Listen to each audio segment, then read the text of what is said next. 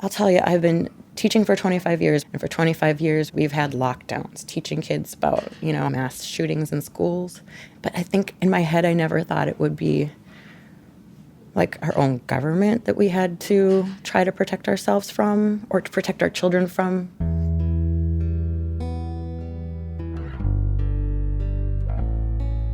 From The Atlantic, this is Autocracy in America. I'm Anne Applebaum. This season, I've been examining how the Trump White House is rewriting the rules of U.S. politics and talking to Americans whose lives have been changed as a result.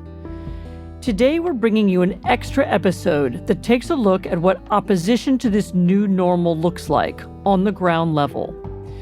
When heavily armed agents of the federal government arrived in Minneapolis, the residents of Minneapolis and St. Paul met those federal forces with surprising strength. For this episode, I spoke to journalist Robert Worth, a contributing writer at The Atlantic. He's just been to Minneapolis, where he observed the tactics of the federal agents and the response of Minnesotans. He and I both saw an eerie resemblance to other protest movements that we've witnessed in other parts of the world. First, though, here's some more from the people of the Twin Cities, explaining how and why they were moved to act. My name is Amanda Bauer. I'm an elementary music teacher in a small elementary school, about 500 or so students from places all over the world, primarily Hispanic and Latin American countries, and then a lot of Somali families too. The very first day back of break, ICE was at our school and circling the blocks and parked across the street. The kids didn't feel safe, so we kind of started walking kids home to their apartments and places in the neighborhood. And it was Wednesday, exactly right when we dismissed, that ICE hopped out of their vehicles with all of their riot gear on, and were heading over to the apartments across the street from our school. So we had to lock down and keep the kids inside. And it happened fast enough that, we had a student who was looking out the window and saw them break into his apartment and just sobbed, "That's my house. That's my home." And we shut the blinds. But it was too late. He saw it and he'll never unsee it. I don't know from the other perspective, or people who think that this is an acceptable form of trauma for a child to have to experience, that the count today is we have 40 students who aren't coming anymore because of not feeling safe. People here have a civic life. Emilia González-Ábalos, Executive Director of Unidos.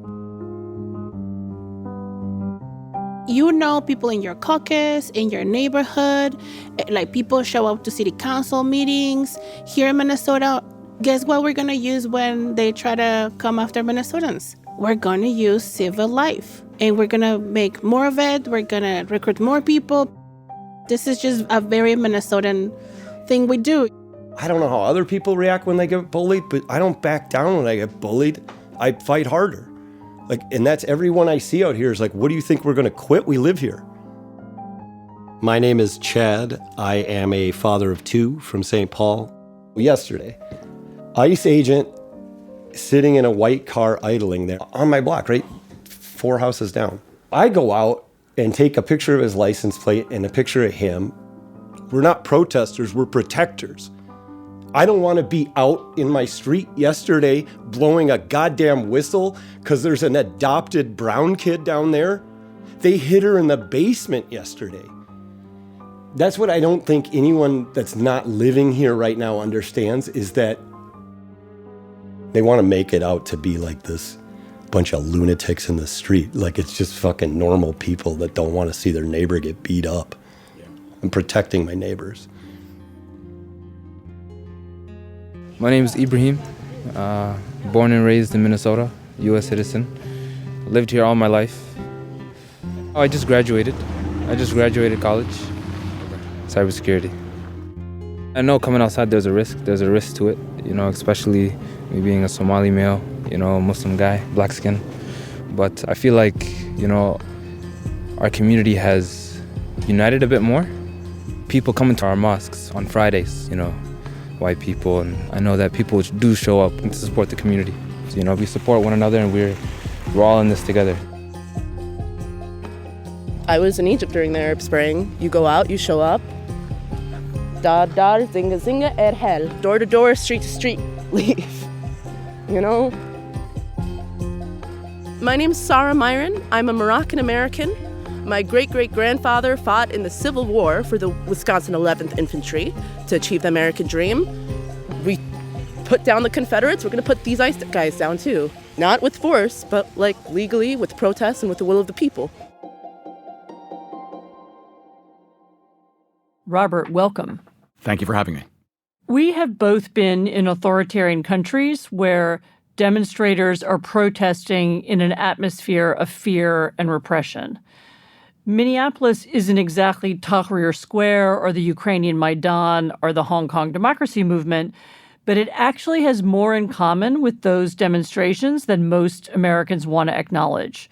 In each place, demonstrators faced hostile police who used surveillance technology, who threatened violence, and as a result, they had to create new means of organization and sometimes new kinds of protests. You were in Minnesota recently.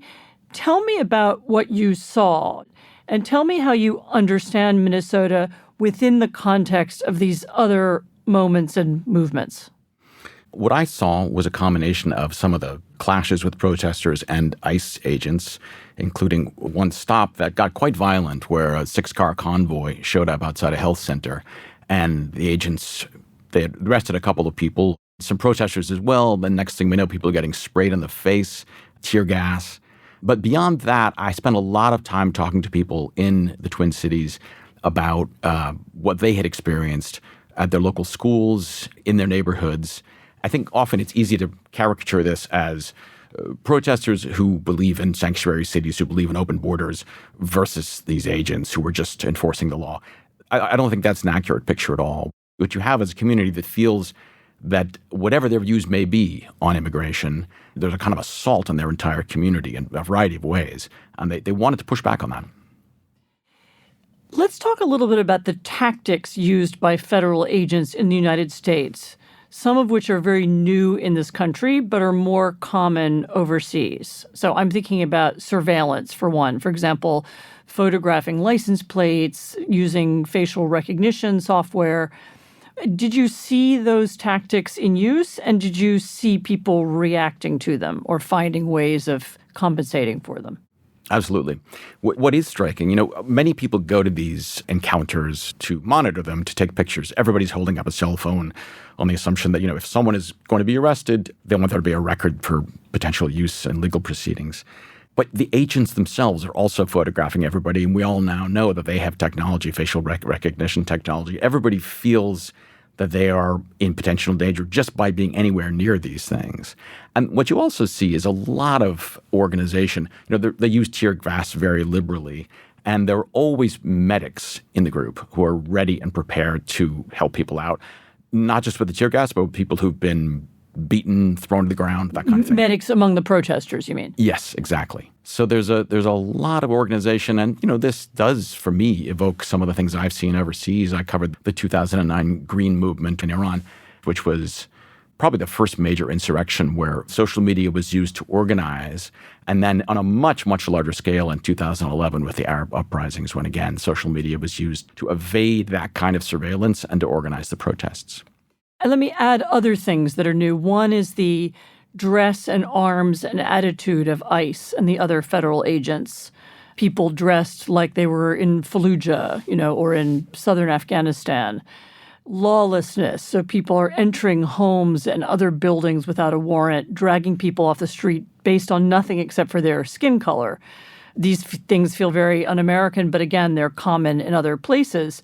Let's walk through some of the ways in which the protesters and some of the victims may be learning to react. I was very struck in your writing and in the writing of other people by the use of pseudonyms, encrypted messaging platforms. Did you see any of that? And did that remind you of things you'd seen, whether in Iran or elsewhere?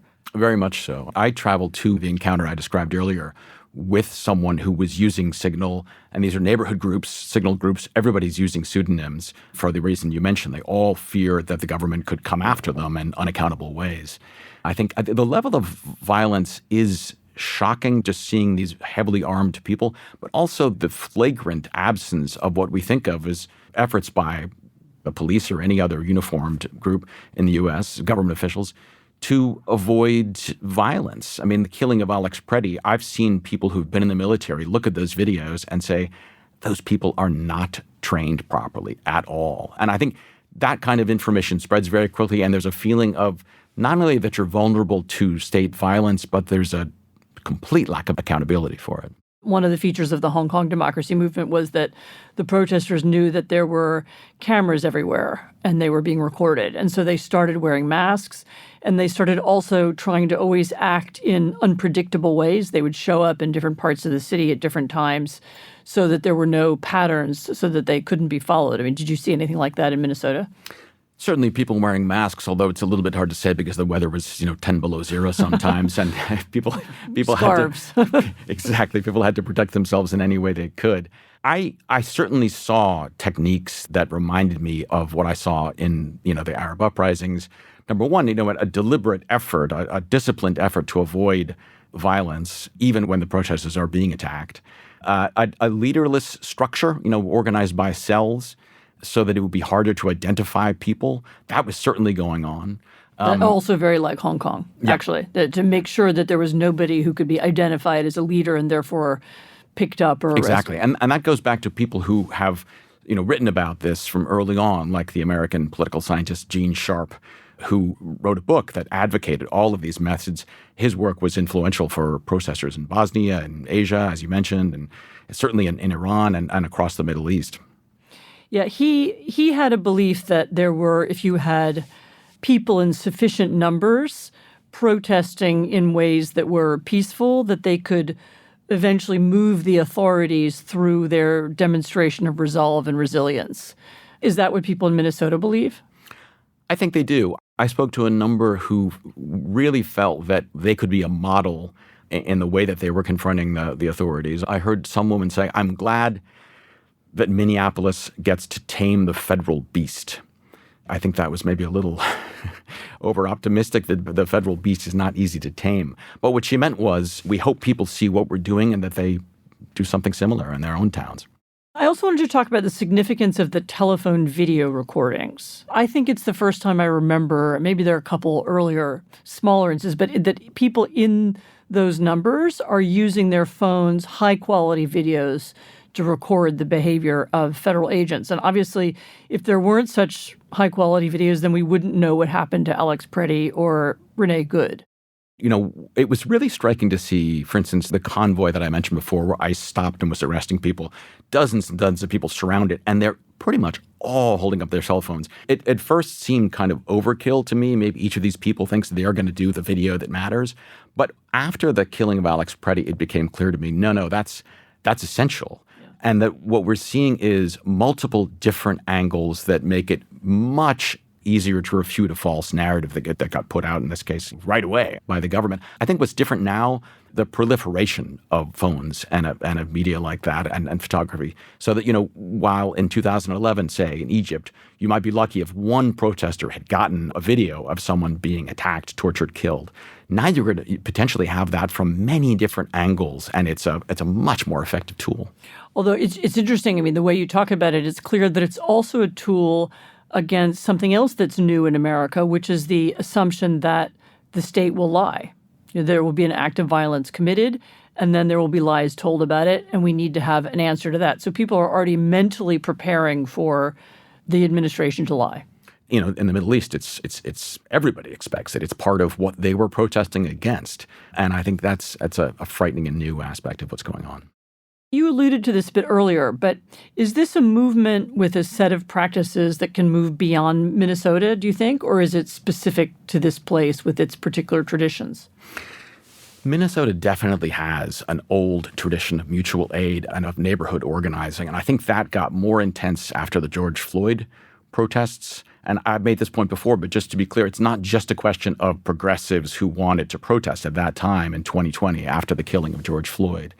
I think at that time there was so much going on. There were right-wing provocateurs coming to town. There were opportunistic criminals that many of the people I spoke to said, we simply want to keep ourselves safe. We want to protect ourselves. And that was the real inspiration for bolstering those networks.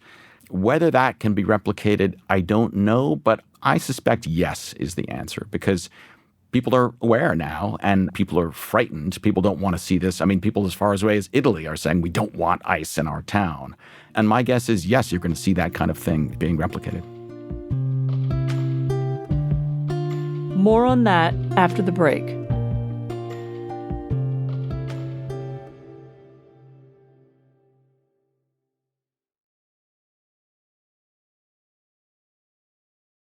Robert, after Preddy was killed, there was initially a rush by the Trump administration, as we said, to defend the federal agents and to blame him.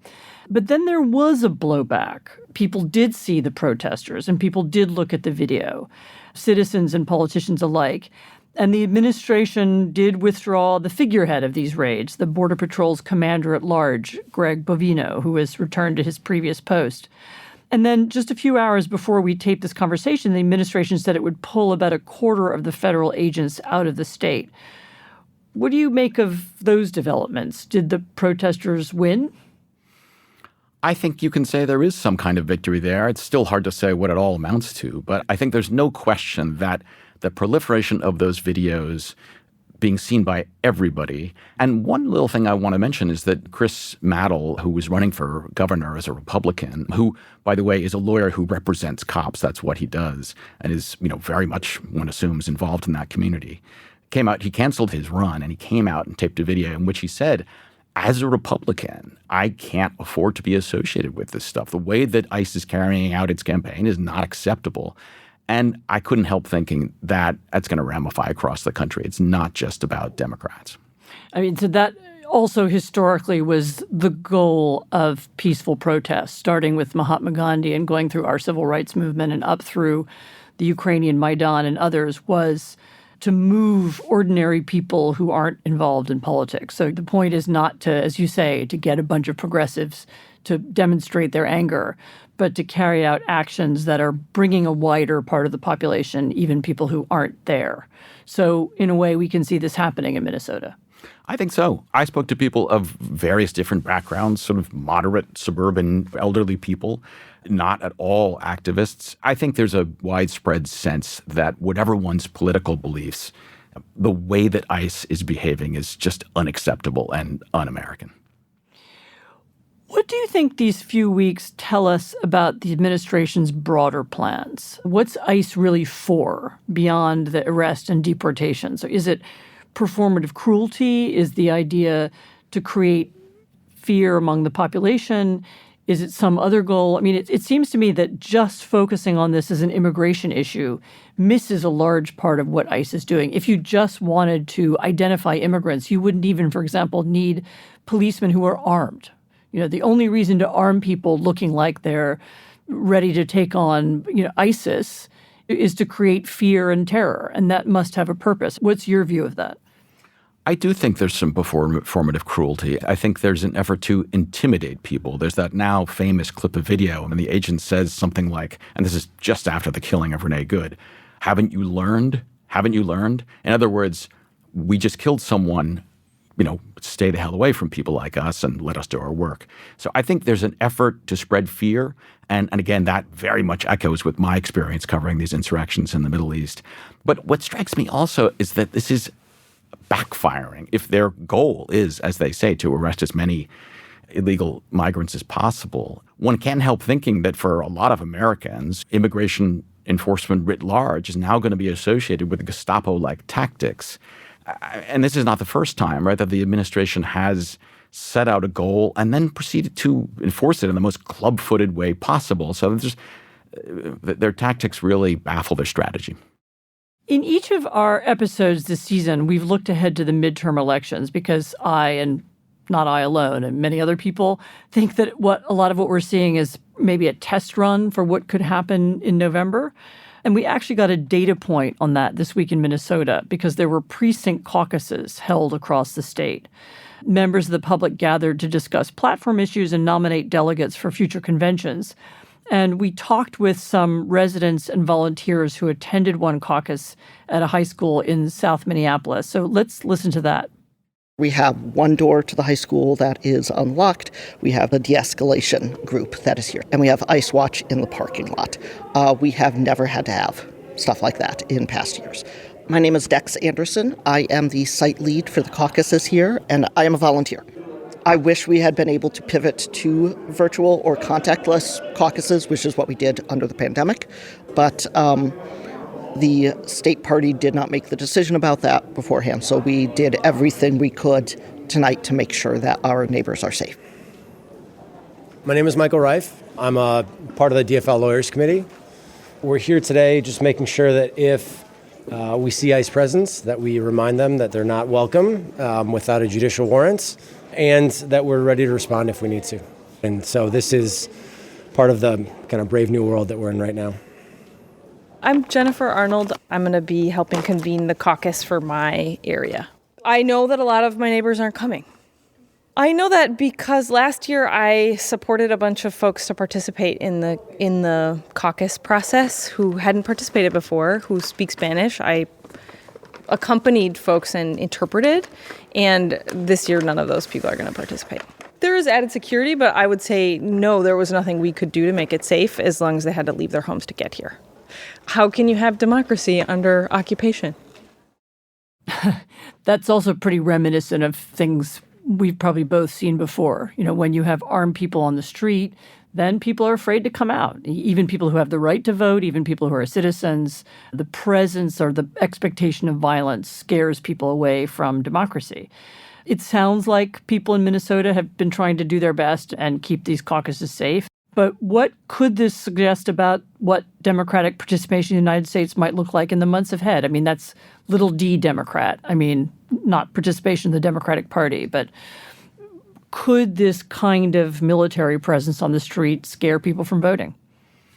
I think it could. And one little indicator there, when I was in Minneapolis, I was all over the city, and I saw very few black faces, very few brown faces, in a city with a substantial minority population. And I think that's because so many of them are afraid to come out. They were hiding inside their houses. They were having groceries delivered to them by their neighbors. And as we heard on that tape, many of them would be frightened to come out. And so if this gets replicated, if there's a spreading of feelings of fear, the most vulnerable people will be frightened to turn out. And on the broader point, you know, you and I have covered referenda in dictatorships and places where people are ostensibly allowed to come out and have their voices heard. But in fact, they know, number one, that they're surrounded by soldiers who makes them feel that, no doubt that makes them feel terrified. Number two, they don't trust that their vote is private, and they probably feel that if they don't pull the right lever, someone's going to come knocking on their door that night. I don't think we're anywhere near that here. But when I was in Minneapolis, I did speak to people who said that after some kind of confrontation with ICE, the agents would then follow them, follow them back to their houses, not to bang on the doors or anything, but just as an intimidation tactic to let them know, we know where you live. Just the very fact that they were willing to do that was shocking. The very fact that fear is now entering into the political process, the caucus process, is a troubling one. It's true, and this may be something that a lot of Americans don't know, just the act of voting doesn't make democracy. So the vote itself alone isn't enough. It's about the preparation for the vote, the atmosphere in which it takes place, the way in which candidates are chosen. Of course, it's the way the votes are counted, which is another issue. But I think a lot of people have a very simple idea of what it means to be a democracy, but actually you need a level playing field. You need people to have a sense that the vote was fair and that the process is fair. And what worries me is that this use of armed people on the streets is one of several ways in which we could lose that. It's a frightening thought, and elections become charades in a lot of autocratic countries. They are a way for the regime to maintain some kind of facade of legitimacy, but very few people actually feel that they're exercising their right to vote when they go out on these referenda. Robert Worth, thank you. It's a pleasure.